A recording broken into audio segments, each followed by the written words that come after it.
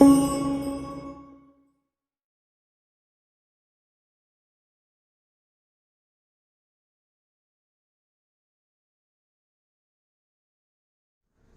Students, अब देखिए जो हम लोग एडेप्टेशन पढ़ रहे थे, ठीक है, इन एडेप्टेशन में ही कुछ फिजियोलॉजिकल एडेप्टेशन का स्पेशल रूल हम लोग जानते हैं, यानी फिजियोलॉजिकल एडजस्टमेंट से रिलेटेड, ठीक है, यानी मॉर्फोलॉजिकल, एनाटॉमिकल और फिजियोलॉजिकल एडेप्टेशन से रिलेटेड कुछ हम लोग इंपॉर्टेंट रूल्स देखेंगे।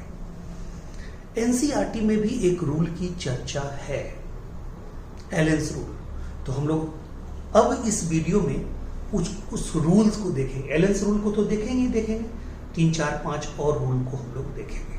क्या है रूल, ठीक है, उस पर हम लोग आते हैं। उसके पहले ये देखिए कि कहता है कि इसी फिजियोलॉजिकल एडजस्टमेंट में हम लोग पढ़ते हैं, ठीक है, यानी कि एडेप्टेशन का जो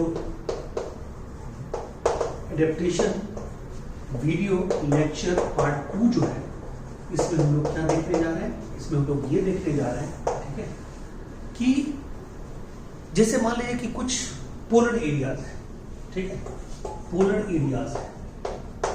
एरियाज यहाँ पे जो समुद्र होते हैं, ठीक है, जो सी वाटर होते हैं, यहाँ पे जो फीसेस होते हैं, ठीक है, यहाँ पे जो कुछ फीसेस होते हैं, ठीक है, प्लस जो मैमल्स एक्वेटिक मैमल्स, ठीक है, लाइक सील्स, ठीक है, इनके स्किन के नीचे बिलो स्किन, ठीक है, बिलो स्किन फैट का एक मोटा लेयर होता है, फैट थिक लेयर, उसको हम लोग क्या बोलते हैं, उसको बोलते हैं ब्लबर। ये ब्लबर क्या करता है जी, ये थर्मो इंसुलेटिंग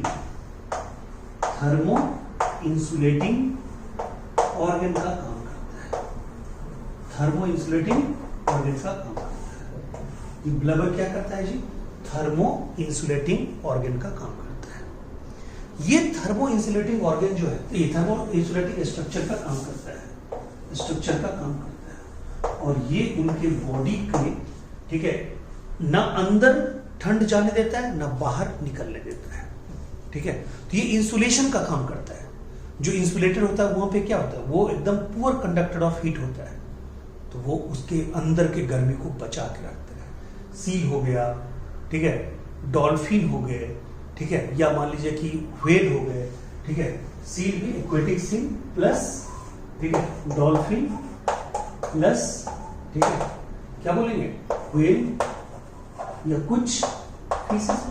ये इसमें तो नहीं, इसमें तो ये फीसेस तो आप हटा दीजिए, क्योंकि फीसेस क्या है, वो तो कोल्ड ब्लडेड है, यानी कि ये जो वार्म ब्लडेड वगैरह होते हैं, इसमें ये ब्लबर होते हैं पूरी तरह। ब्लबर को हम लोग बोलते हैं एडिपोसस पेनिकुलस।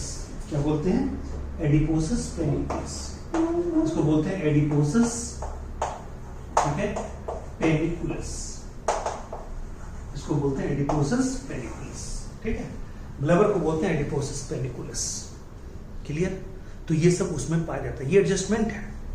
अब आइए, कहता है कुछ चीजें और भी हैं, जैसे मान लीजिए कि कुछ जैसे मतलब आपको लिजार्ड्स वगैरह होगा, लिजार्ड्स वगैरह क्या होता है, इसमें थोड़ा एडजस्टमेंट की कैपेसिटी अलग होती है। लिजार्ड्स में यूनिक प्रॉपर्टी, ठीक है। कोल्ड सीजन में क्या करते हैं, ठीक है, कहता है कि ये जब कोल्ड इन्वायरमेंट में क्या करते हैं, कोल्ड क्लाइमेट में क्या करते हैं, ये सनलाइट में, ठीक है, नियर सनलाइट, ठीक है, ये रहते हैं, और सनलाइट के पास ही रहते हैं, ये एब्जॉर्ब करते हैं लाइट, एब्जॉर्ब टेम्परेचर, ठीक है, एंड एडजस्ट हिमसेल्फ, ठीक है। और जब हॉट कंडीशन होता है, ठीक है, ठीक है, तो ये कहां चले जाते हैं, ठीक है, कहते हैं ये सेडेड प्लेस में चले जाते हैं, गोज इनटू सेडेड प्लेस,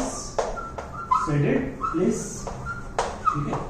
कुछ एनिमल ऐसे भी होते हैं, ठीक है, जो, ठीक है, इस विपरीत परिस्थिति से बचने के लिए गड्ढा खोद के जमीन के अंदर भी क्या करते हैं, अपने आप को एडजस्ट कर लेते हैं, गड्ढा खोद के बिल में चले जाते हैं। ठीक है, कुछ स्नेक्स वगैरह जो होते हैं इस काम पे बहुत माहिर होते हैं। ठीक है, फिर कहता है कि बहुत सारे, जिससे आपने कभी सोचा है कि हम लोग के बॉडी का जो टेम्परेचर है, जो बॉडी के अंदर जो ऑप्टिमम पीएच है, उस पे ही इंजाइम काम करता है। तो कुछ तो ऐसे भी हैं, आपको आश्चर्य लगेगा, कुछ ऐसे भी हैं जैसे आर्कीबैक्टीरिया।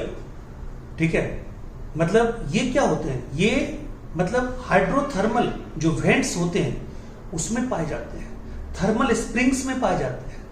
ठीक है, थर्मो एसिडोफिलिक बैक्टीरिया होते हैं, ये आर्कीबैक्टीरिया होते हैं, ये 100 डिग्री टेम्परेचर में ग्रो करते हैं। कभी आपने सोचा है इनके बॉडी का एंजाइम कैसे काम करता है? ठीक है, कहता है इनके बॉडी का एंजाइम उतने डिग्री पे ही एडेप्टेड है, उनके बॉडी के एंजाइम के लिए ऑप्टिमम टेम्परेचर वही है। ठीक है, कहता है कुछ प्लांट्स जो हीट रेसिस्ट, मतलब जो डेजर्ट एरिया में रहते हैं उसमें क्या होता है, हीट रेसिस्टेंट प्रोटीन होता है, उसको चेपेरोन्स बोलते हैं। उसको क्या बोलते हैं? चेपेरोन्स, उसको बोलते हैं चेपेरोन्स। ठीक है, ये क्या है जी? ये हीट रेसिस्टेंट प्रोटीन है, ये हीट रेसिस्टेंट प्रोटीन है, ये हीट रेसिस्टेंट प्रोटीन है। ठीक है, ये पाए जाते हैं। ठीक है, तो सबका अपना अपना एडेप्टेशन होता है, सबके अपने अपने एडेप्टेशन होते हैं। तो मैंने बताया एक हाई रेंज ऑफ बैक्टीरिया है जो थर्मल हाइड्रोथर्मल वेंट्स में पाया जाता है, डीप सी में पाया जाता है। ठीक है, कहता बहुत सारे ऐसे इन्वर्टिब्रेट्स हैं, बहुत सारे ऐसे फीसेस हैं जो बिल्कुल समुद्र में गहराई में रहते हैं।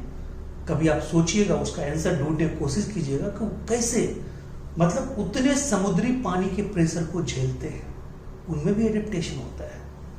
ठीक है, ये सब चीजों को, ठीक है, वो एडेप्ट करके रहते हैं, उनका ग्रेजुअल एडजस्टमेंट है। ठीक है, अब आप सोचिए माइग्रेटरी बर्ड उतने दूर से आते हैं भारत में माइग्रेट करके, यानी कि थोड़ा मतलब ज्यादा अच्छा, मतलब क्लाइमेट को इंजॉय करने के लिए सर्दियों में, यानी कि अभी, यानी कि मतलब नवंबर दिसंबर में आते हैं। ये जब आते हैं तो उतना दूर उड़ के आते हैं, आपने कभी सोचा है कि वो कैसे उड़ के आते हैं, उनको एनर्जी कैसे मिलता है? उनके अंदर जो एडिपोज टिश्यू होता है उसकी ऑक्सीडेशन से, उसके फैट के ऑक्सीडेशन से उनको वाटर मिलता है। ठीक है, उनके फैट के ऑक्सीडेशन से उनको वाटर मिलता है और उससे वो अपने अंदर पानी के कमी को पूरा करते हैं, एनर्जी भी मिलता है उड़ने के लिए उनको। उसी तरह से बर्ड्स को जहां तहां पानी बहुत कम मिलता है तो बर्ड्स क्या करते हैं, यूरिक एसिड निकालते हैं। रेप्टाइल्स क्या करते हैं, यूरिक एसिड निकालते हैं। इंसेक्ट क्या निकालते हैं, यूरिक एसिड निकालते हैं। जिनको जिनको वाटर की कमी है वो वाटर के कमी को दूर करने के लिए कंसंट्रेटेड यूरिन पैदा करते हैं। ये उनका फिजियोलॉजिकल एडजस्टमेंट है। ठीक है, क्लियर है पॉइंट? तो ये दिमाग में रखिएगा। ठीक है, तो आप ये भी कह सकते हैं कि रेप्टाइल्स, ठीक है, रेप्टाइल्स, बर्ड्स, ठीक है, इंसेक्ट, ये सब क्या करते हैं जी, ये सब एक्सक्रीट, ठीक है, यूरिक एसिड।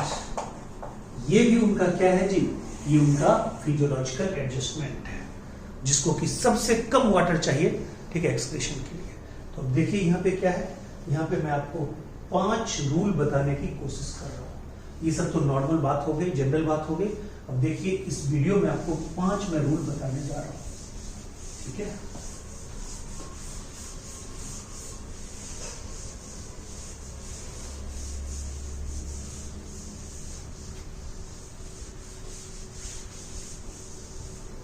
देखिए 5 रूल में क्या है।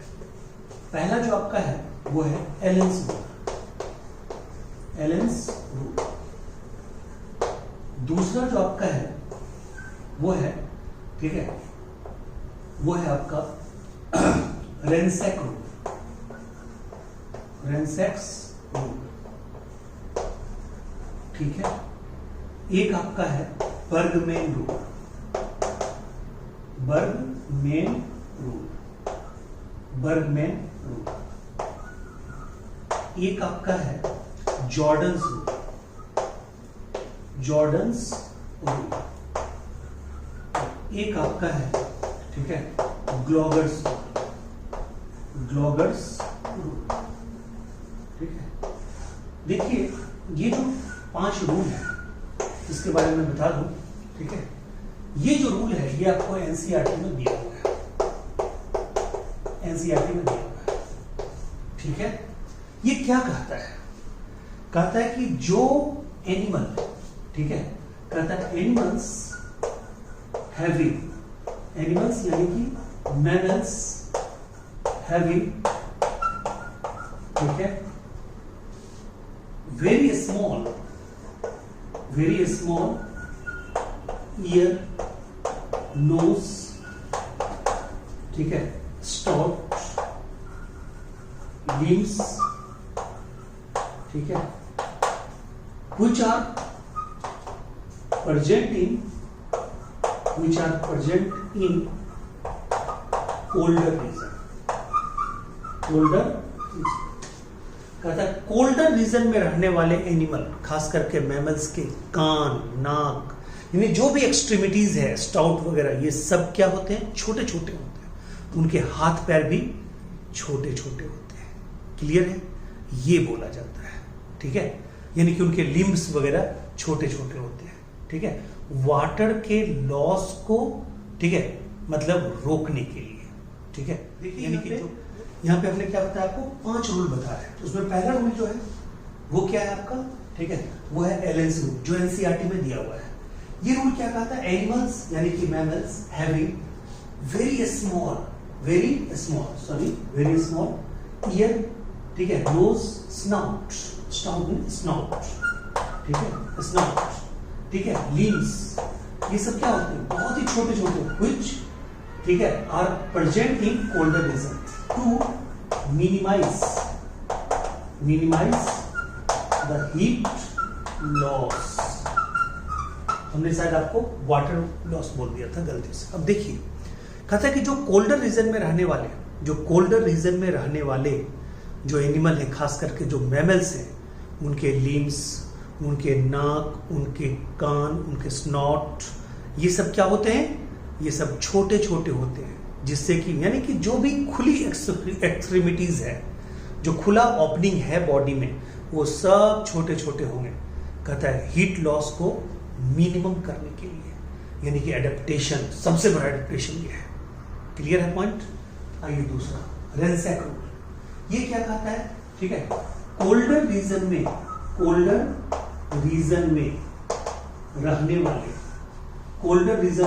रहने वाले, ठीक है, जो भी बर्ड्स हैं, ठीक है, ये जो बर्ड्स हैं, इनमें नैरो विंग्स होती है, ठीक है, टू मिनिमाइज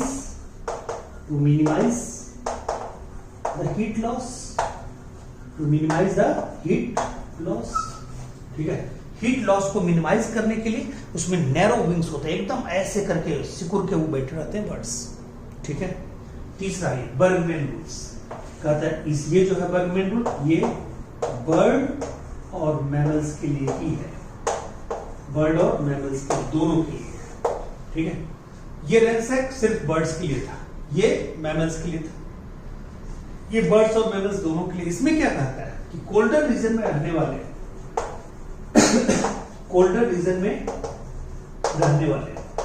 ठीक है, जो भी, ठीक है, बर्ड्स और मैमल्स हैं जो कोल्डर रीजन में रहते हैं, जो कोल्डर, उनका बॉडी साइज